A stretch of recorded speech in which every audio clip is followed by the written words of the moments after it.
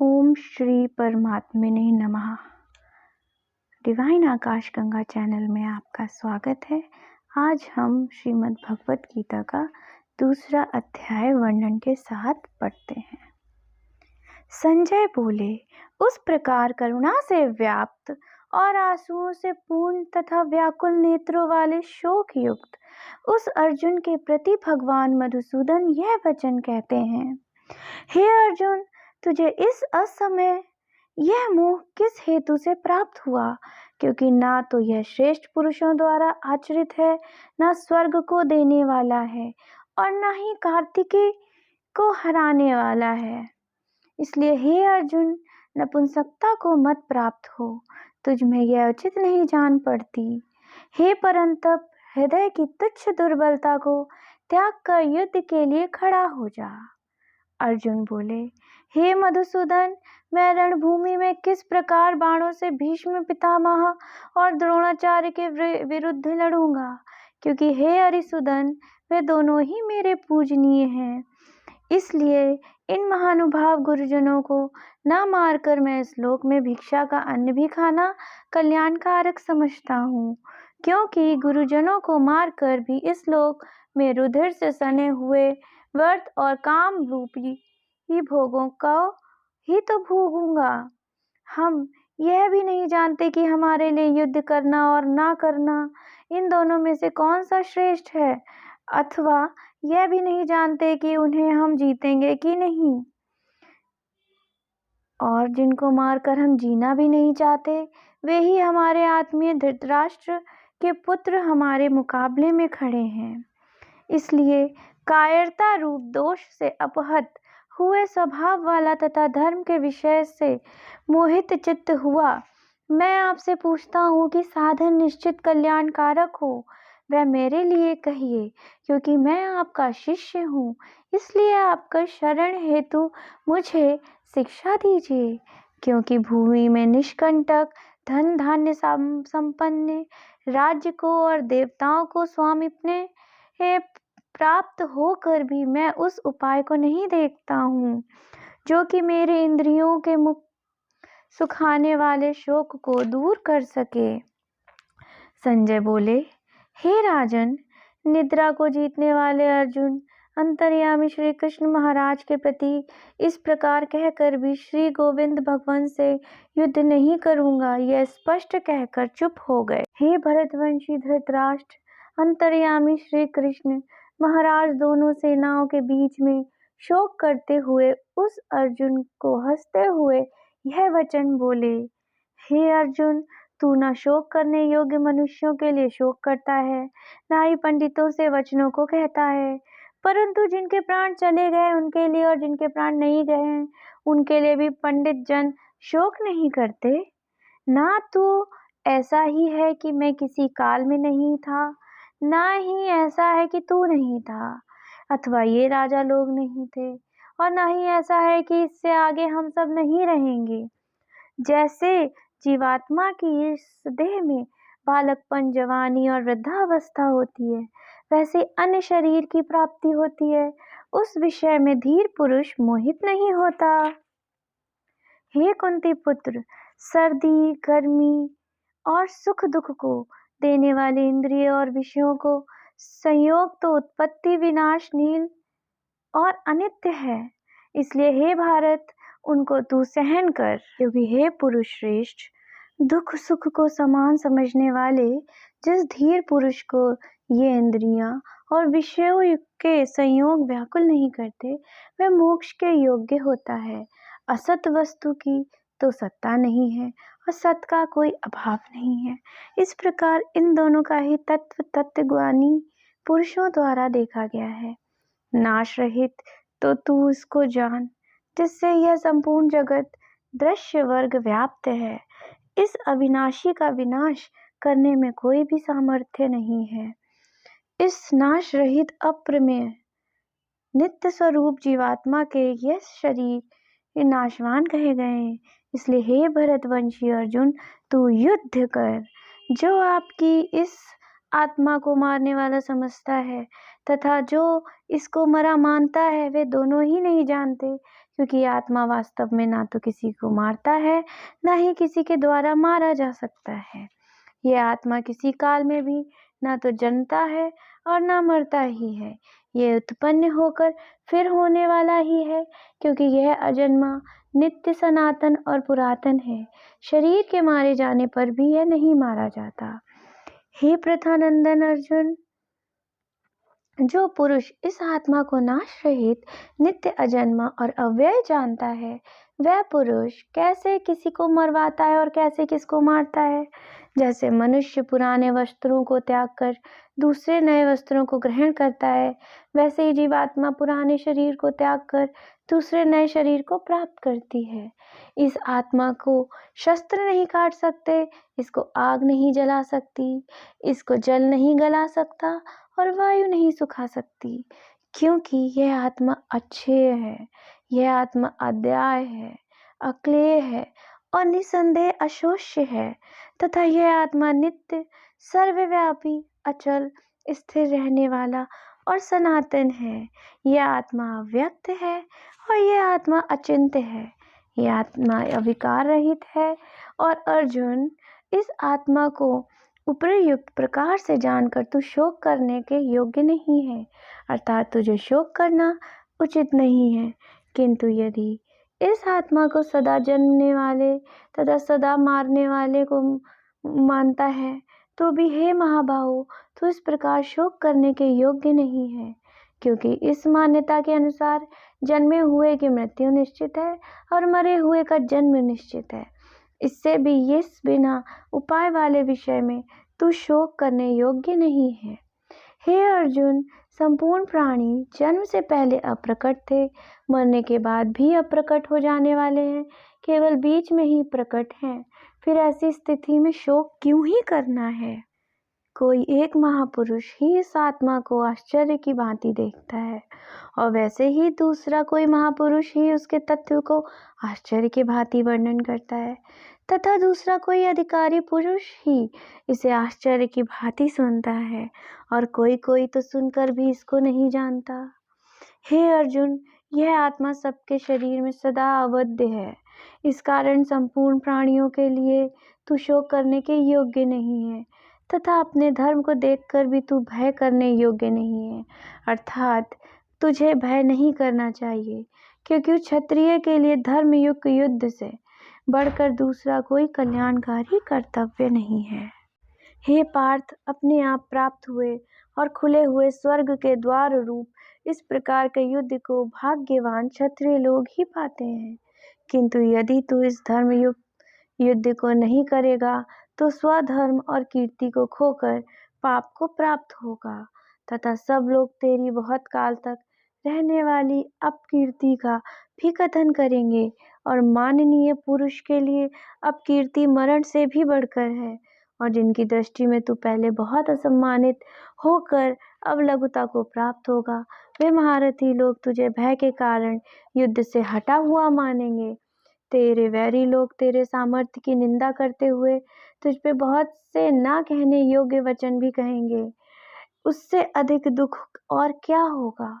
या तो युद्ध में मारा जाकर स्वर्ग को प्राप्त होगा, अथवा संग्राम में जीतकर पृथ्वी का राज्य भोगेगा।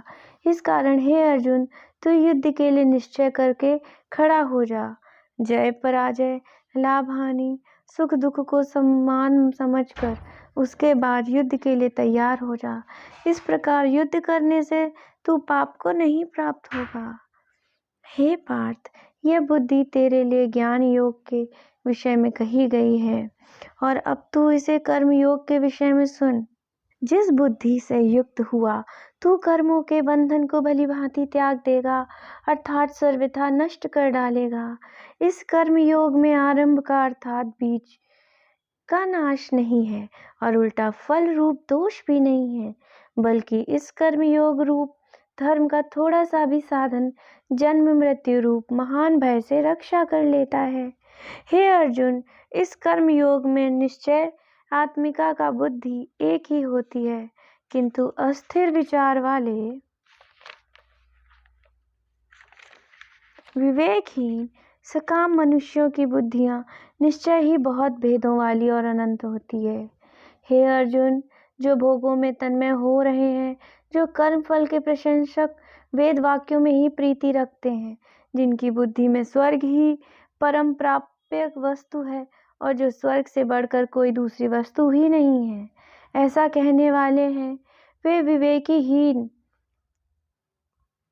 इस प्रकार की जिस पुष्पित अर्थात दिखाऊ शोभा युक्त वाणी को कहा करते हैं, जो कि जन्म रूप कर्म फल देने वाले एवं भोग तथा ऐश्वर्य की प्राप्ति लिए नाना प्रकार की बहुत सी क्रियाओं को वर्णन करने वाले हैं। उस वाणी द्वारा जिनका चित्त हर लिया गया है, जो भोग और ऐश्वर्य में अत्यंत आसक्त हैं, उन पुरुषों की परमात्मा में निश्चयात्मिका बुद्धि नहीं।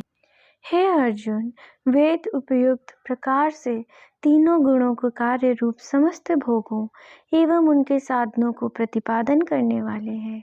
इसलिए तू उन भोगों एवं उनके साधनों में आसक्तिहीन, हर्ष शोकादि द्वंद्वों से रहित, नित्य वस्तु परमात्मा में स्थित योग क्षेम को न चाहने वाले और स्वाधीन अंतःकरण वाले हो। सब ओर से परिपूर्ण जलाशय के प्राप्त हो जाने पर छोटे जलाशय में मनुष्य को जितना प्रयोजन रहता है, ब्रह्म को तत्व से जानने वाले ब्राह्मण को समस्त वेदों में उतना ही प्रयोजन रह जाता है। तेरा कर्म करने का में ही अधिकार है, उसके फलों को में कभी नहीं। इसलिए तू कर्मों के फल का हेतु मत हो और तथा तेरे कर्म न करने में भी आसक्ति न हो। हे धनंजय, तू आसक्ति को त्याग कर तथा सिद्धि और असिद्धि में समान बुद्धि वाला होकर योग में स्थित हुआ। कर्तव्य कर्मों को कर, सत्व ही योग कहलाता है। संबुद्धि युक्त पुरुष पुण्य और पाप दोनों को इस लोक में त्याग देता है, अर्थात उनसे मुक्त हो जाता है। इससे तू सब मत्म स्वरूप योग में लग जा। ये सत्म स्वरूप योग ही कर्मों में कुशलता है, अर्थात कर्म बंधन से छूटने का उपाय है। क्योंकि समबुद्धि से युक्त ज्ञानी जन कर्मों से उत्पन्न होने वाले फल को त्याग कर जन्म रूप बंधन से मुक्त हो निर्विकार परम पद को प्राप्त हो जाते हैं। जिस काल में तेरी बुद्धि मोह रूप दलदल को भली भांति पार कर जाएगी, उस समय तू सुने हुए और सुनने में आने वाले इस लोक और परलोक संबंधी सभी भोगों से वैराग्य को प्राप्त हो जाएगा। भांति भांति के वचनों को सुनने से विचलित हुई तेरी बुद्धि जब परमात्मा में अचल और स्थिर ठहर जाएगी, तब तू योग को प्राप्त हो जाएगा, अर्थात तेरे परमात्मा से नित्य संयोग हो जाएगा। अर्जुन बोले, हे केशव, समाधि में स्थित परमात्मा को प्राप्त हुए स्थिर बुद्धि पुरुष का क्या लक्षण है? यह स्थिर बुद्धि पुरुष कैसे बोलता है, कैसे बैठता है और कैसे चलता है? श्री भगवान बोले, हे अर्जुन, जिस काल में यह पुरुष मन में स्थित संपूर्ण कामनाओं को भली भांति त्याग देगा और आत्मा से आत्मा में ही संतुष्ट रहता है, उस काल में वह स्थित प्रज्ञ कहा जाता है। दुखों की प्राप्ति होने पर जिसके मन में उद्वेग नहीं होता, सुखों की प्राप्ति में जो सर्वथा निष्प्रह है तथा जिसके राग भय और क्रोध नष्ट हो गए हैं, ऐसा मुनि स्थिर बुद्धि कहा जाता है। जो पुरुष सर्वत्र स्नेह रहित हुआ, उस शुभ या अशुभ वस्तु को प्राप्त होकर न प्रसन्न होता है न द्वेष करता है, उसकी बुद्धि स्थिर है। और कछुआ सब ओर से अपने अंगों को जैसे समेट लेता है, वैसे ही जब यह पुरुष इंद्रियों को सब प्रकार से हटा लेता है, तब उसकी बुद्धि स्थिर हो जाती है। इंद्रियों के द्वारा विषयों को ग्रहण न करने वाले पुरुष के भी केवल विषय तो निवृत्त हो जाते हैं, परंतु उनमें रहने वाली आसक्ति निवृत्त नहीं होती। स्थित प्रज्ञ पुरुष की जो भी आसक्ति भी परमात्मा का साक्षात्कार करते हुए निवृत्त हो जाती है। हे अर्जुन, आसक्ति का नाश न होने के कारण ये प्रमथन स्वभाव वाली इंद्रियां यत्न करते हुए बुद्धिमान पुरुष के मन को भी बहाल कर लेती हैं। इसलिए साधक को चाहिए कि वह उन संपूर्ण इंद्रियों में वश में करके समाहित चित्त हुआ मेरे परायण होकर ध्यान में बैठे। जिस पुरुष की इंद्रियां वश में होती हैं उसी को बुद्धि स्थिर हो जाती है। विषयों का चिंतन करने वाले पुरुष की उन विषयों में आसक्ति हो जाती है। आसक्ति से उन विषयों की कामना उत्पन्न होती है और कामना में विघ्न पड़ने से क्रोध उत्पन्न होता है। क्रोध से अत्यंत मूढ़ भाव उत्पन्न हो जाता है। मूढ़ भाव से स्मृति में भ्रम आ जाता है। स्मृति में भ्रम हो जाने से बुद्धि अर्थात ज्ञान शक्ति का नाश हो जाता है और बुद्धि का नाश हो जाने से वह पुरुष अपनी स्थिति से गिर जाता है। परंतु अपने अधीन किए हुए अंतःकरण वाला साधक अपने वश में की हुई राग द्वेष से रहित इंद्रियों द्वारा विषयों में विचरण करता हुआ अंतःकरण की प्रसन्नता को प्राप्त हो जाता है। अंतःकरण की प्रसन्नता होने पर इसके संपूर्ण दुखों का अभाव हो जाता है और उस प्रसन्न चित्त वाले कर्म योगी की बुद्धि शीघ्र ही सब ओर से हटकर एक परमात्मा में ही भलीभांति स्थिर हो जाती है। न जीते हुए मन और इंद्रियों वाले पुरुष में निश्चयात्मिका बुद्धि नहीं होती, क्योंकि जैसे जल में चलने वाली नाव को वायु हर लेती है, वैसे ही विषयों में विचरती हुई इंद्रियों में से मन जिस इंद्रिय के साथ रहता है वह एक ही इंद्रिय इस अयुक्त पुरुष की बुद्धि को हर लेती है। इसलिए हे महाबाहो, जिस पुरुष की इंद्रियां इंद्रियों के विषय में सब प्रकार निग्रह की गई हैं उसी की बुद्धि स्थिर है। संपूर्ण प्राणियों के लिए जो रात्रि समान है उससे नित्य ज्ञान स्वरूप परमानंद की प्राप्ति में स्थित प्रज्ञ योगी जागता है और जिस नाशवान सांसारिक सुख की प्राप्ति में सब प्राणी जागते हैं वह परमात्मा तत्व को जानने के लिए मुनि के लिए वह रात्रि के समान है। जैसे नाना नदियां जल सब ओर से परिपूर्ण अचल प्रतिष्ठा वाले समुद्र में विचलित ना करते हुए भी समा जाते हैं, वैसे सब भोग जिस स्थित प्रज्ञ पुरुष में किसी प्रकार का विकार उत्पन्न किए बिना ही समा जाते हैं, वही पुरुष पूर्ण कामनाओं को त्याग कर ममता रहित, अहंकार रहित और स्पृहा रहित हुए विचरता है। वही शांति को प्राप्त होता है, अर्थात वही शांति को प्राप्त है। हे अर्जुन, यह ब्रह्म को प्राप्त हुए पुरुष की स्थिति है। इसको प्राप्त होकर योगी कभी मोहित नहीं होता और अंतकाल में भी इस ब्राह्मी स्थित की स्थित है। इसको प्राप्त होकर योगी कभी मोहित नहीं होता और अंतकाल में भी इस ब्राह्मी स्थित में स्थित होकर ब्रह्मानंद को प्राप्त हो जाता है। अगर आपको पसंद आया हो तो लाइक करें, शेयर करें, सब्सक्राइब करें। जय श्री